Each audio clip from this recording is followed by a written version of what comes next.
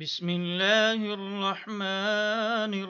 الرحيم. الحمد لله الذي خلق السماوات والأرض وجعل الظلمات والنور، ثم الذين كفروا بربهم يعدلون. هو الذي خلقكم من طين ثم قضى أجلا، وأجل مسمى عنده، ثم أنتم تمترون. وهو الله في السماوات وفي الأرض، يعلم سركم وجهركم ويعلم ما تكسبون. وما تأتيهم من آية من آيات ربهم إلا كانوا عنها معرضين. فقد كذبوا بالحق لما جاءهم، فسوف يأتيهم أنباء ما كانوا به يستهزئون. ألم يروا كم أهلكنا من قبلهم من قرن مكناهم في الأرض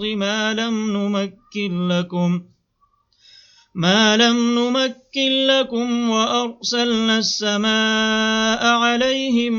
مدرارا، وجعلنا الأنهار تجري من تحتهم فأهلكناهم بذنوبهم وأنشأنا من بعدهم قرنا آخرين. ولو نزلنا عليك كتابا في قرطاس فلمسوه بأيديهم لقال الذين كفروا إن هذا إلا سحر مبين. وقالوا لولا أنزل عليه ملك، ولو أنزلنا ملكا لقضي الأمر ثم لا ينظرون. ولو جعلناه ملكا لجعلناه رجلا وللبسنا عليهم ما يلبسون. ولقد استهزئ برسل من قبلك فحاق بالذين سخروا منهم ما كانوا به يستهزئون. قل سيروا في الأرض ثم انظروا كيف كان عاقبة المكذبين. قل لمن ما في السماوات والأرض، قل لله. كتب على نفسه الرحمة ليجمعنكم إلى يوم القيامة لا ريب فيه. الذين خسروا أنفسهم فهم لا يؤمنون. وله ما سكن في الليل والنهار وهو السميع العليم. قل أغير الله أتخذ وليا فاطر السماوات والأرض وهو يطعم ولا يطعم. قل إني أمرت أن أكون أول من أسلم ولا تكونن من المشركين. قل إني أخاف إن عصيت ربي عذاب يوم عظيم. من يصرف عنه يومئذ فقد رحمه، وذلك الفوز المبين. وإن يمسسك الله بضر فلا كاشف له إلا هو، وإن يمسسك بخير فهو على كل شيء قدير. وهو القاهر فوق عباده وهو الحكيم الخبير. قل أي شيء أكبر شهادة؟ قل الله شهيد بيني وبينكم. وأوحي إلي هذا القرآن لأنذركم به ومن بلغ. أئنكم لتشهدون أن مع الله آلهة أخرى؟ قل لا أشهد. قل إنما هو إله واحد وإنني بريء مما تشركون الذين آتيناهم الكتاب يعرفونه كما يعرفون أبناءهم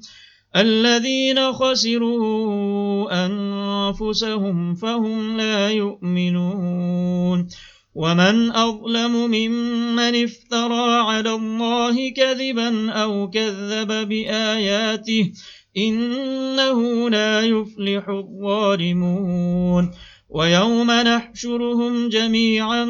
ثم نقول للذين أشركوا أين شركاؤكم الذين كنتم تزعمون ثم لم تكن فتنتهم إلا أن قالوا والله ربنا ما كنا مشركين انظر كيف كذبوا على أنفسهم وضل عنهم ما كانوا يفترون ومنهم من يستمع إليك وجعلنا على قلوبهم أكنة أن يفقهوه وفي آذانهم وقرا وإن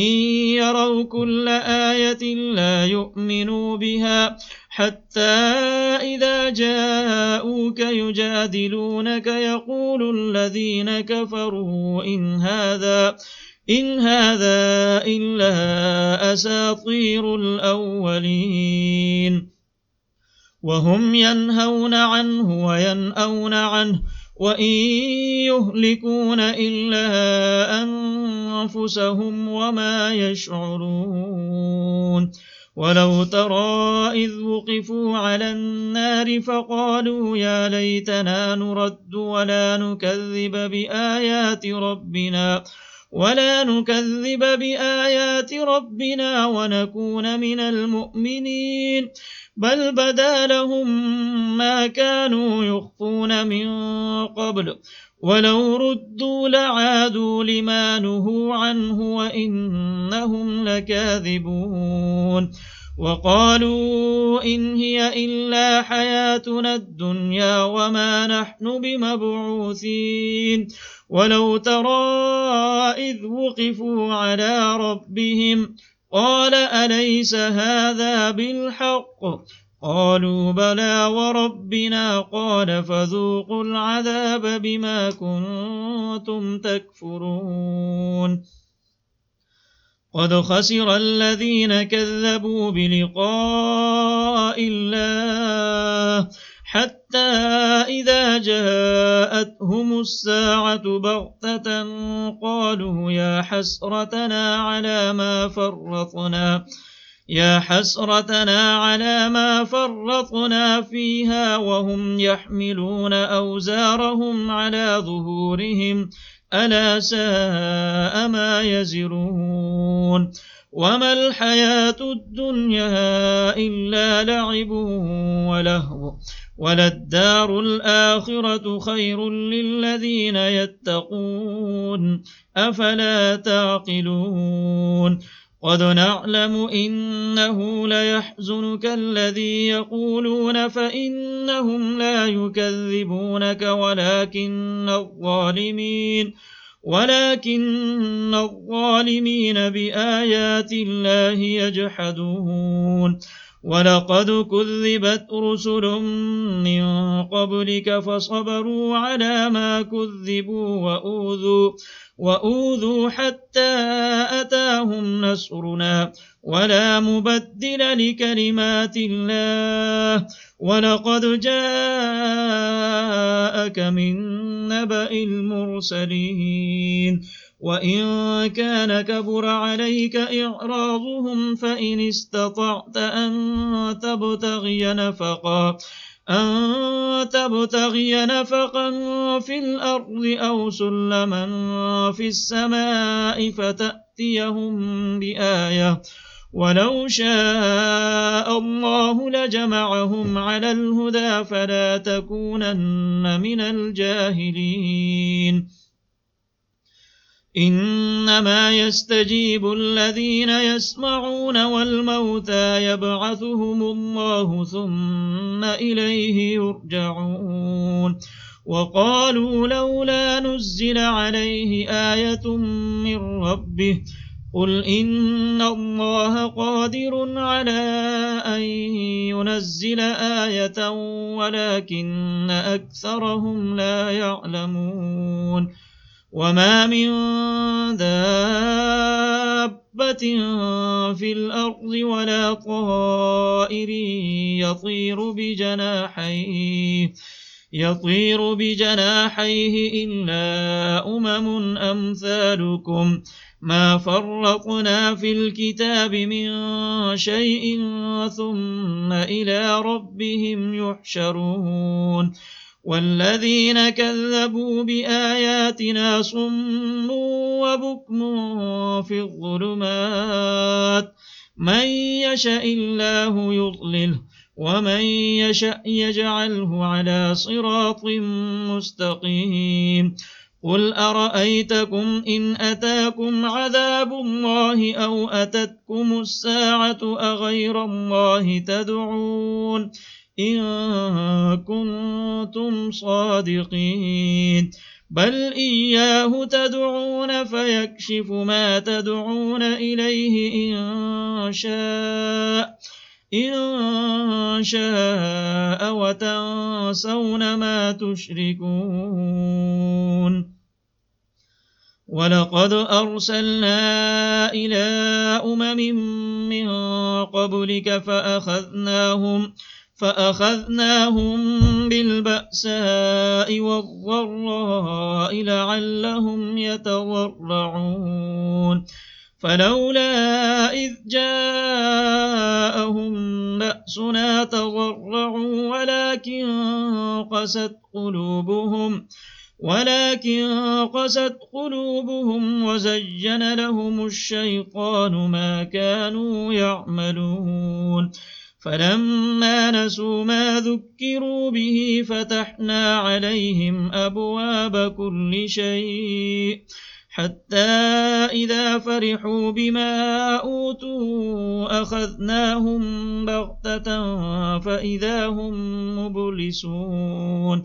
فقطع دابر القوم الذين ظلموا والحمد لله رب العالمين قل أرأيتم إن أخذ الله سمعكم وأبصاركم وختم على قلوبكم من إله غير الله يأتيكم به انظر كيف نصرف الآيات ثم هم يصدفون قل أرأيتكم إن أتاكم عذاب الله بغتة أو جهرة هل يهلك إلا القوم الظالمون وما نرسل المرسلين إلا مبشرين ومنذرين فمن آمن وأصلح فلا خوف عليهم ولا هم يحزنون والذين كذبوا بآياتنا يمسهم العذاب بما كانوا يفسقون قل لا أقول لكم عندي خزائن الله ولا أعلم الغيب ولا أقول لكم إني ملك إن أتبع إلا ما يوحى إلي قل هل يستوي الأعمى والبصير أفلا تتفكرون وأنذر به الذين يخافون أن يحشروا إلى ربهم ليس لهم من دونه ولي ولا شفيع لعلهم يتقون ولا تطرد الذين يدعون ربهم بالغداة والعشي يريدون وجهه ما عليك من حسابهم من شيء وما من حسابك عليهم من شيء فتطردهم فتكون من الظالمين وكذلك فتنا بعضهم ببعض ليقولوا أهؤلاء من الله عليهم من بيننا أليس الله بأعلم بالشاكرين وإذا جاءك الذين يؤمنون بآياتنا فقل سلام عليكم كتب ربكم على نفسه الرحمة أنه من عمل منكم سوءا بجهالة ثم تاب من بعده وأصلح فأنه غفور رحيم وكذلك نفصل الآيات ولتستبين سبيل المجرمين قل إني نهيت أن أعبد الذين تدعون من دون الله قل لا أتبع أهواءكم قد ضللت إذا وما أنا من المهتدين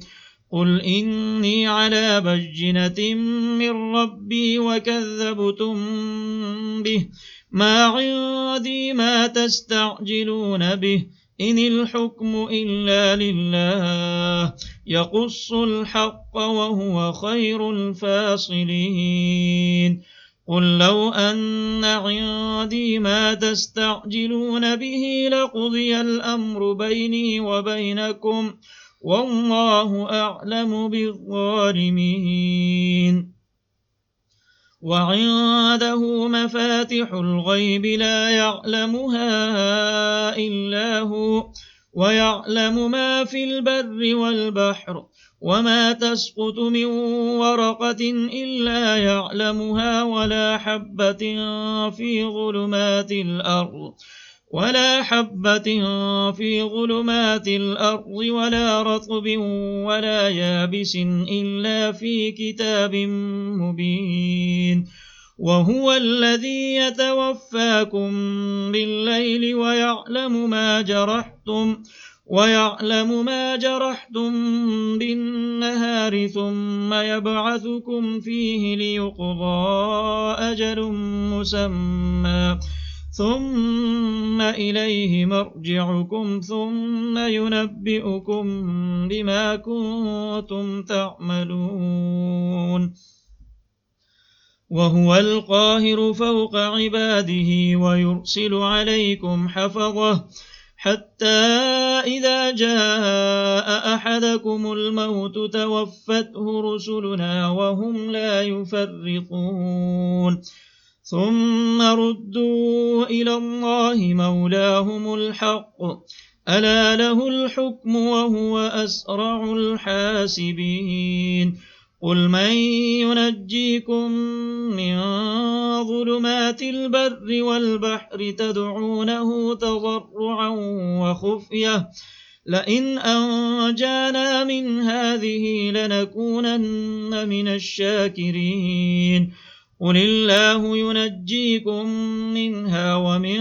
كل كرب ثم أنتم تشركون قل هو القادر على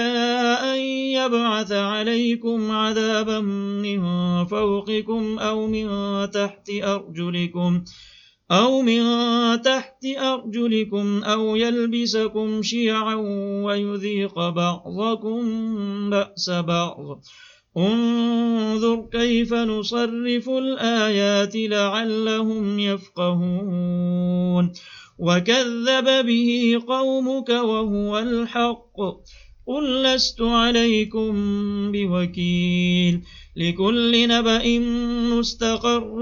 وسوف تعلمون وإذا رأيت الذين يخوضون في آياتنا فأعرض عنهم حتى يخوضوا في حديث غيره وإما ينسينك الشيطان فلا تقعد بعد الذكرى مع القوم الظالمين وما على الذين يتقون من حسابهم من شيء ولكن ذكرى لعلهم يتقون وذر الذين اتخذوا دينهم لعبا ولهوا وغرتهم الحياة الدنيا وذكر به أن تبسل نفس بما كسبت ليس لها من دون الله ولي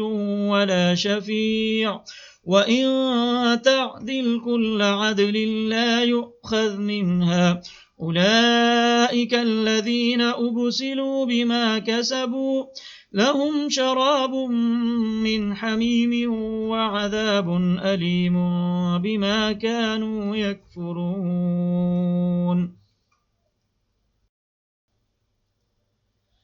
قل أندعو من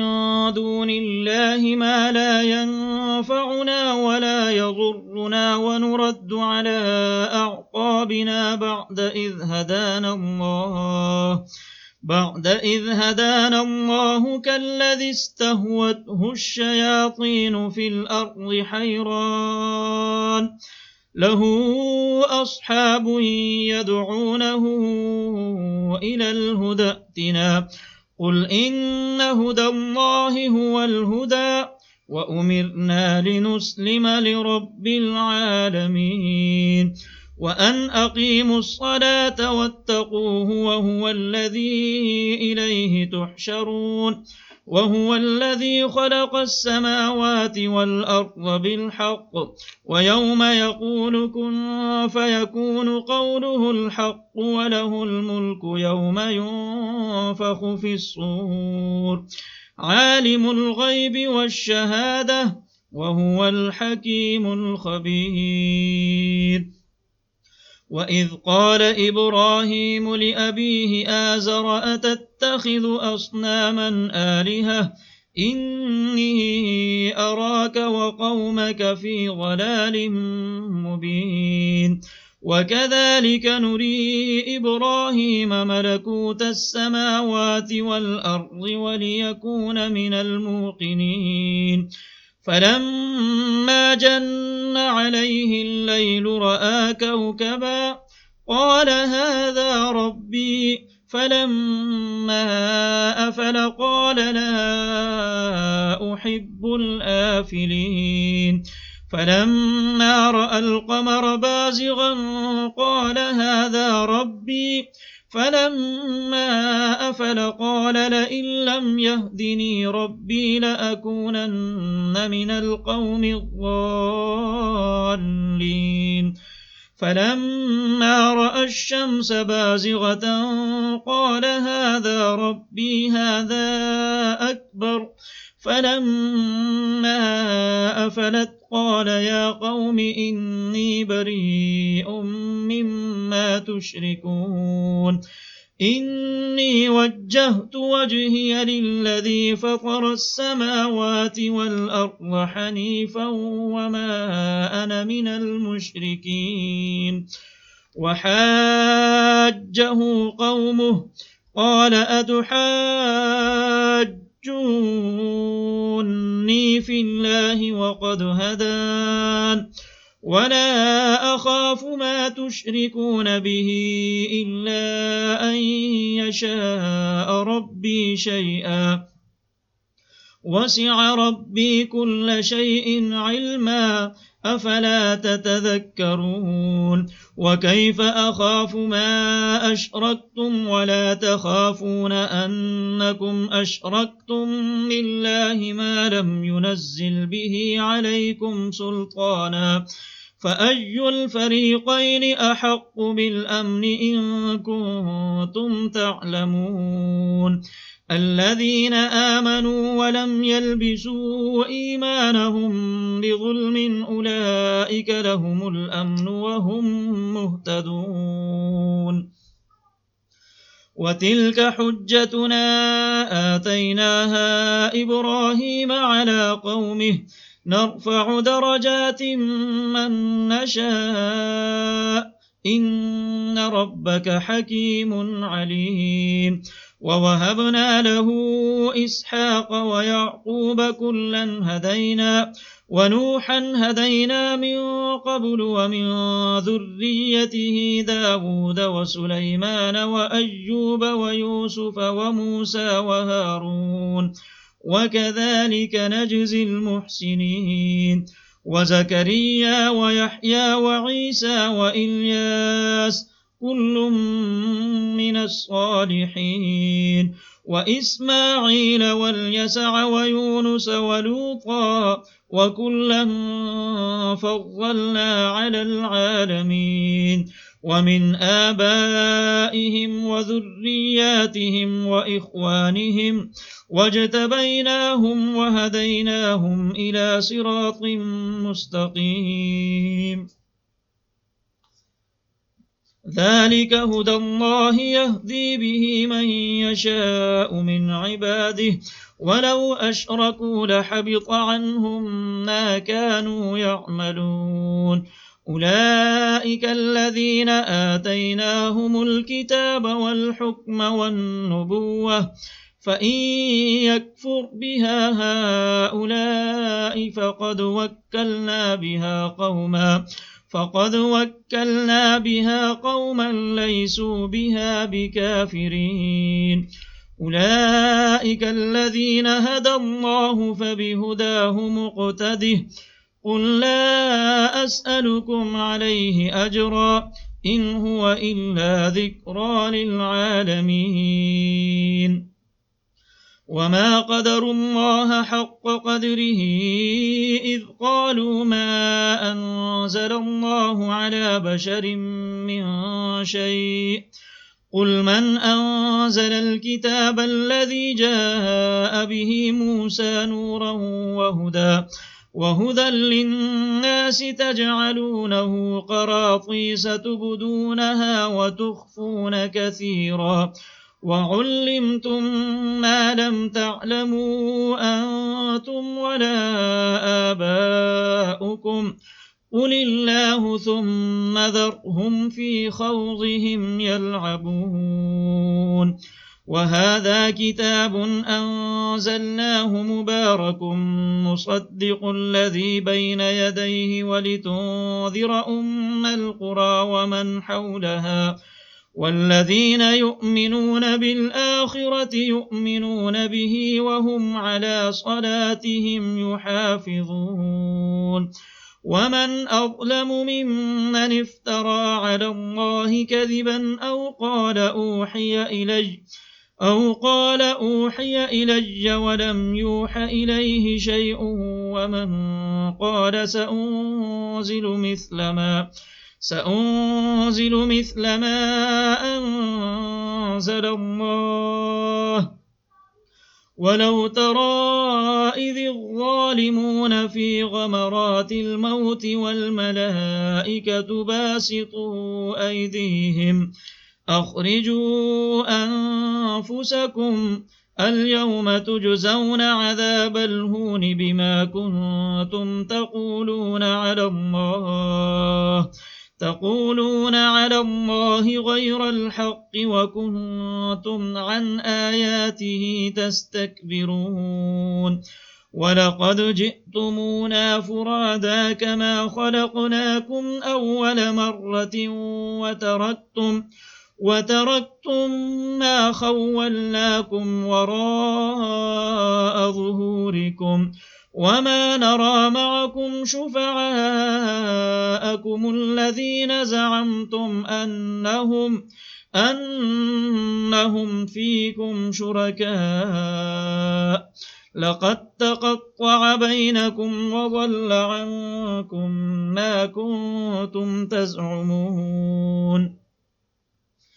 إن الله فالق الحب والنوى يخرج الحي من الميت ومخرج الميت من الحي ذلكم الله فأنى تؤفكون فالق الإصباح وجعل الليل سكنا والشمس والقمر حسبانا ذلك تقدير العزيز العليم وهو الذي جعل لكم النجوم لتهتدوا بها في ظلمات البر والبحر قد فصلنا الآيات لقوم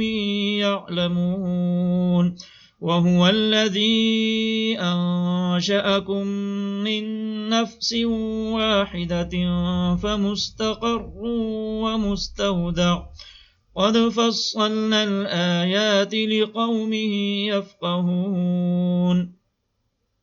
وهو الذي أنزل من السماء ماء فأخرجنا به نبات كل شيء فأخرجنا منه خضرا نخرج منه حبا متراكبا ومن النخل من طلعها قنوان دانية وجنات من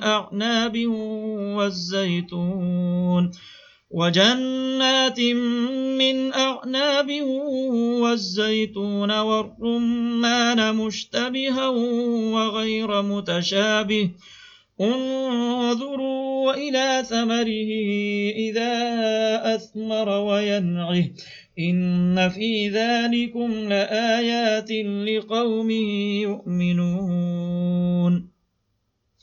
وجعلوا لله شركاء الجن وخلقهم وخرقوا له بنين وبنات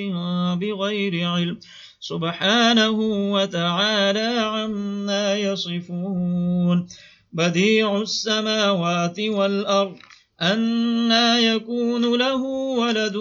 ولم تكن له صاحبة وخلق كل شيء وهو بكل شيء عليم ذلكم الله ربكم لا إله إلا هو خالق كل شيء فاعبدوه وهو على كل شيء وكيل لا تدركه الأبصار وهو يدرك الأبصار وهو اللطيف الخبير قد جاءكم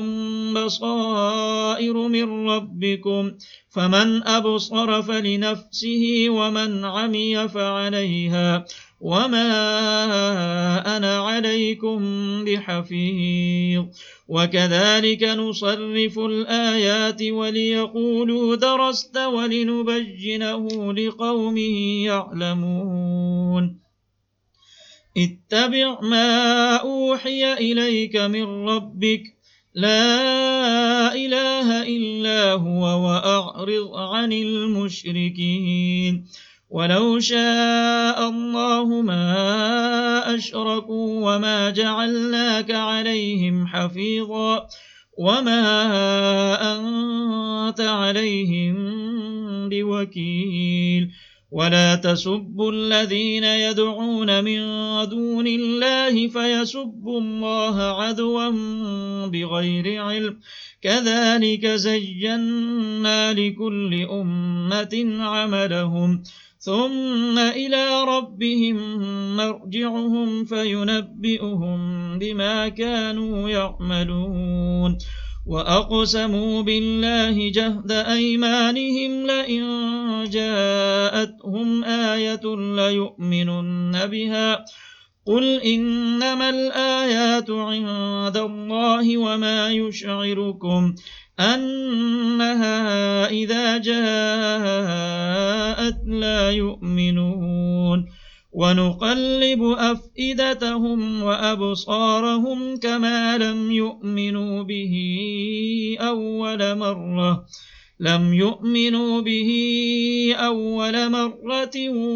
ونذرهم في طغيانهم يعمهون ولو أننا نزلنا إليهم الملائكة وكلمهم الموتى وحشرنا عليهم كل شيء قبلا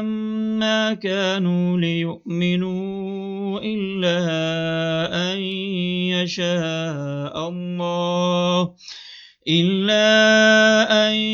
يشاء الله ولكن أكثرهم يجهلون وكذلك جعلنا لكل نبي عدوا شياطين الإنس والجن يوحي بعضهم إلى بعض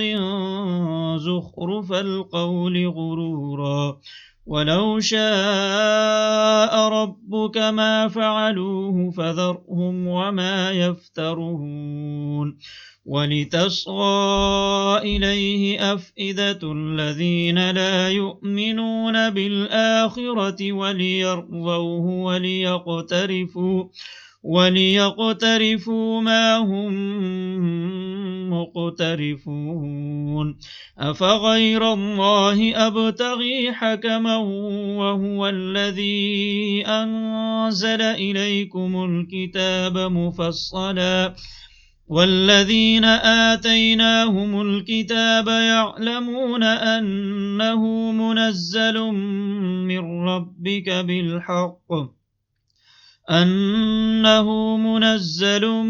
من ربك بالحق فلا تكونن من الممترين وتمت كلمة ربك صدقا وعدلا لا مبدل لكلماته وهو السميع العليم وإن تطع أكثر من في الأرض يضلوك عن سبيل الله إن يتبعون إلا الظن وإن هم إلا يخرصون إن ربك هو أعلم من يضل عن سبيله وهو أعلم بالمهتدين فكلوا مما ذكر اسم الله عليه إن كنتم بآياته مؤمنين وما لكم ألا تأكلوا مما ذكر اسم الله عليه وقد فصل لكم ما حرم عليكم إلا ما اضطررتم إليه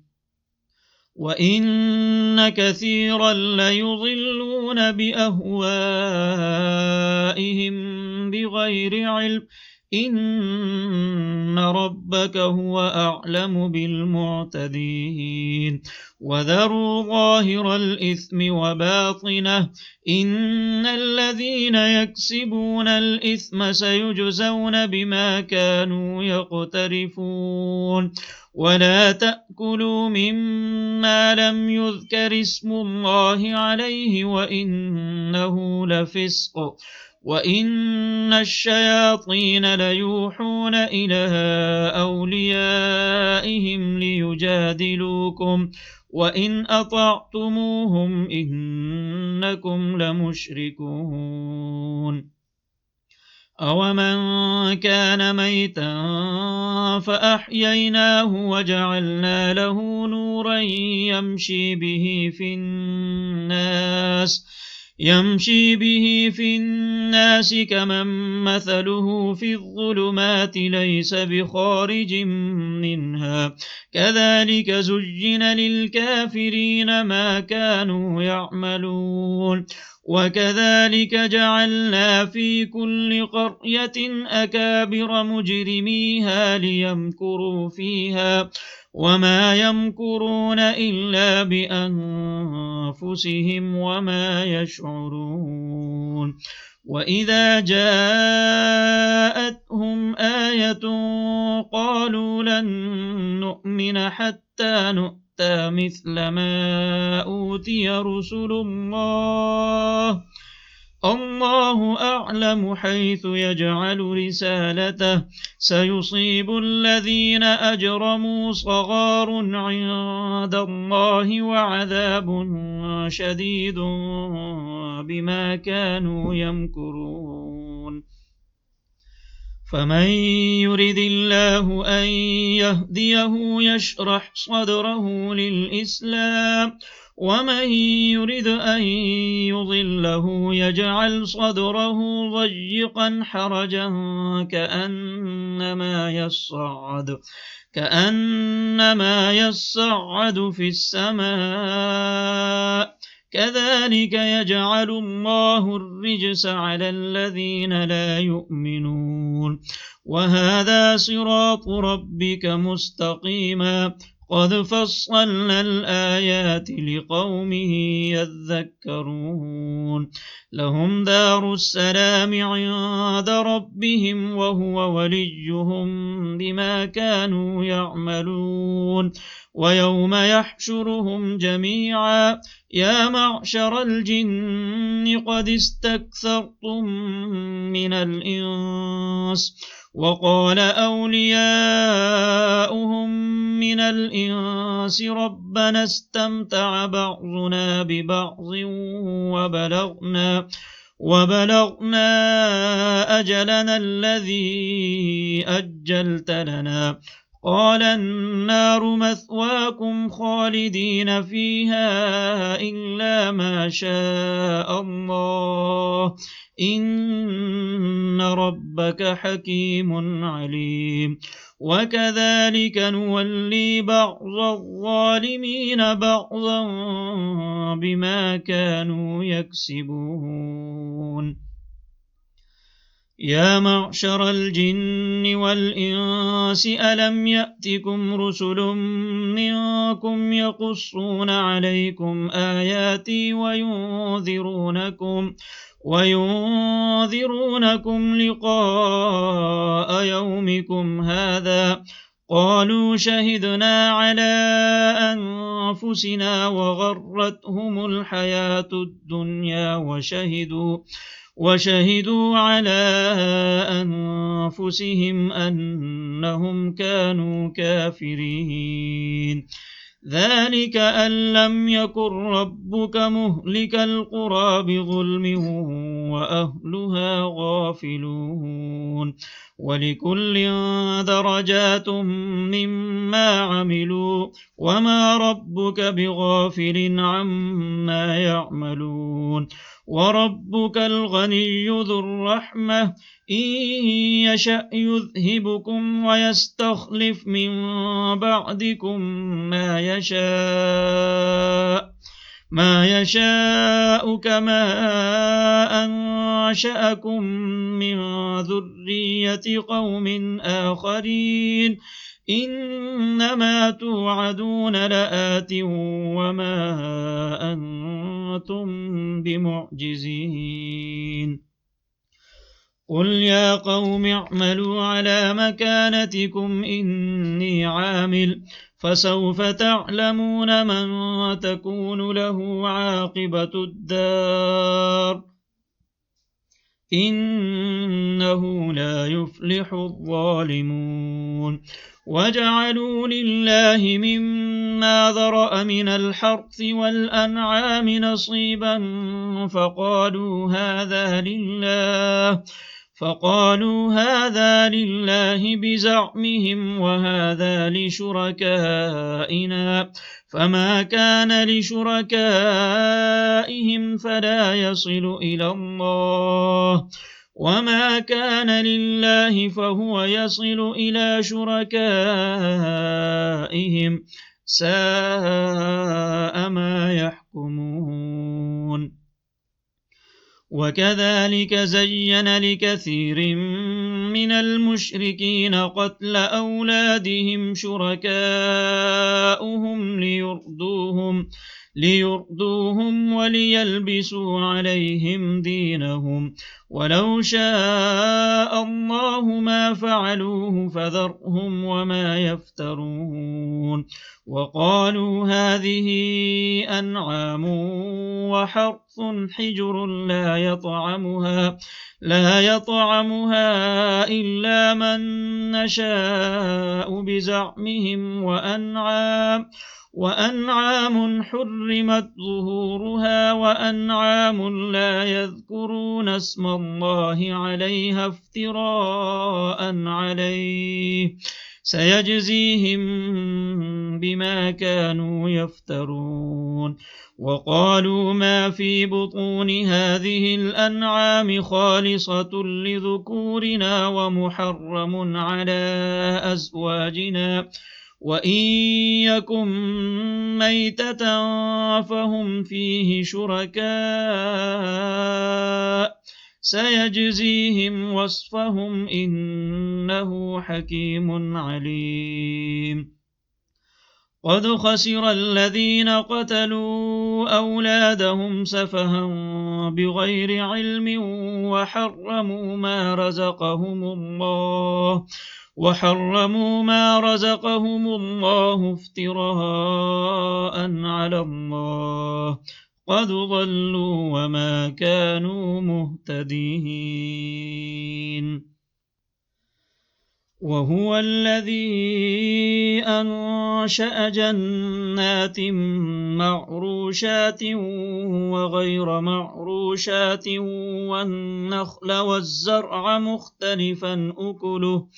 والزرع مختلفا أكله والزيتون والرمان متشابها وغير متشابه كلوا من ثمره إذا أثمر وآتوا حقه يوم حصاده ولا تسرفوا إنه لا يحب المسرفين ومن الأنعام حمولة وفرشا كلوا مما رزقكم الله ولا تتبعوا خطوات الشيطان إنه لكم عدو مبين 8 أزواج من الضأن 2 ومن المعز 2 قل الذكرين حرم أم الأنثيين أما اشتملت عليه أرحام الأنثيين نبئوني بعلم إن كنتم صادقين ومن الإبل 2 ومن البقر 2 قل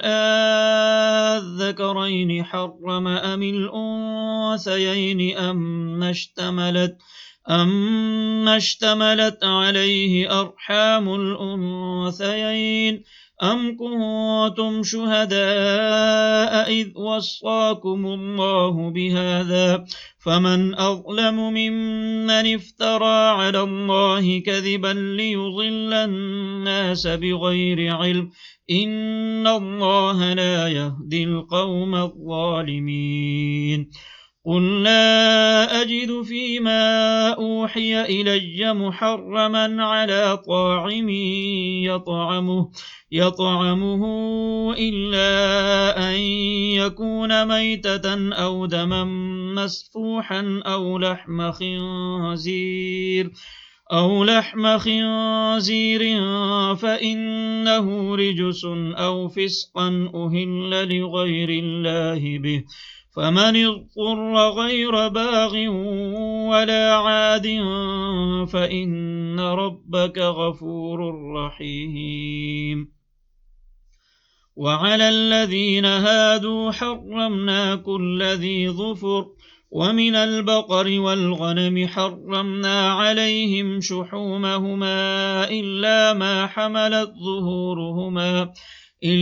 ما حملت ظهورهما أو الحوايا أو ما اختلط بعظم ذلك جزيناهم ببغيهم وإنا لصادقون فإن كذبوك فقل ربكم ذو رحمة واسعة ولا يرد بأسه عن القوم المجرمين سيقول الذين أشركوا لو شاء الله ما أشركنا ولا آباؤنا ولا حرمنا من شيء كذلك كذب الذين من قبلهم حتى ذاقوا بأسنا قل هل عندكم من علم فتخرجوه لنا إن تتبعون إلا الظن وإن أنتم إلا تخرصون قل فلله الحجة البالغة فلو شاء لهداكم أجمعين قل هلم شهداءكم الذين يشهدون أن الله حرم هذا فإن شهدوا فلا تشهد معهم ولا تتبع أهواء الذين كذبوا بآياتنا والذين لا يؤمنون بالآخرة وهم بربهم يعدلون قل تعالوا أتل ما حرم ربكم عليكم ألا تشركوا به شيئا وبالوالدين إحسانا ولا تقتلوا أولادكم من إملاق نحن نرزقكم وإياهم ولا تقربوا الفواحش ما ظهر منها وما بطن ولا تقتلوا النفس التي حرم الله إلا بالحق ذلكم وصاكم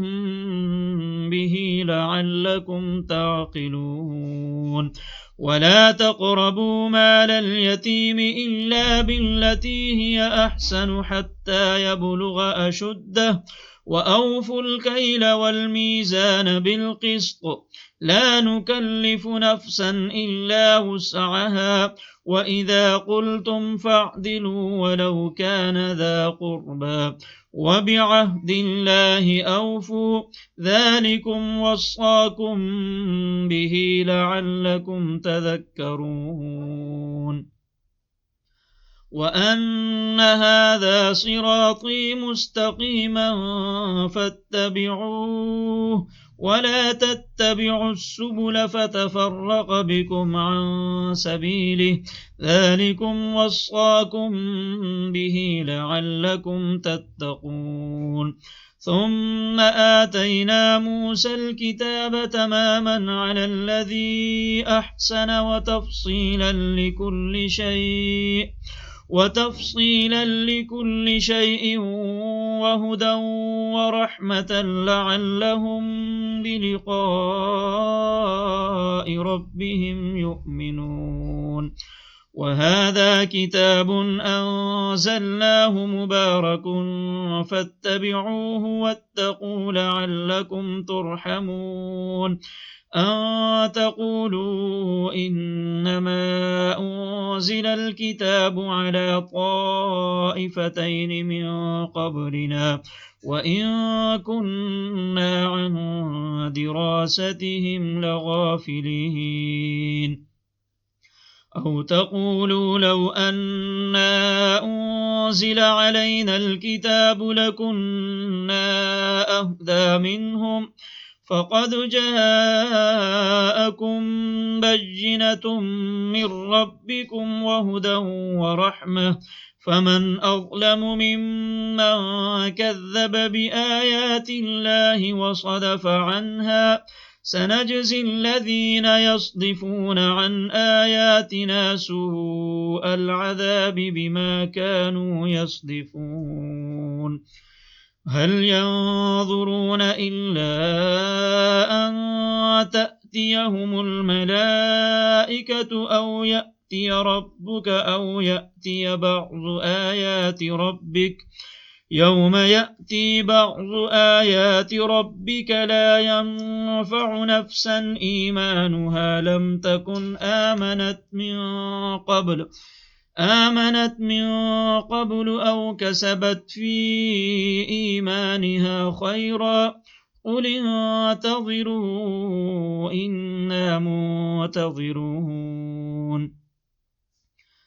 إن الذين فرقوا دينهم وكانوا شيعا لست منهم في شيء إنما أمرهم إلى الله ثم ينبئهم بما كانوا يفعلون من جاء بالحسنة فله 10 أمثالها ومن جاء بالسيئة فلا يجزى إلا مثلها وهم لا يظلمون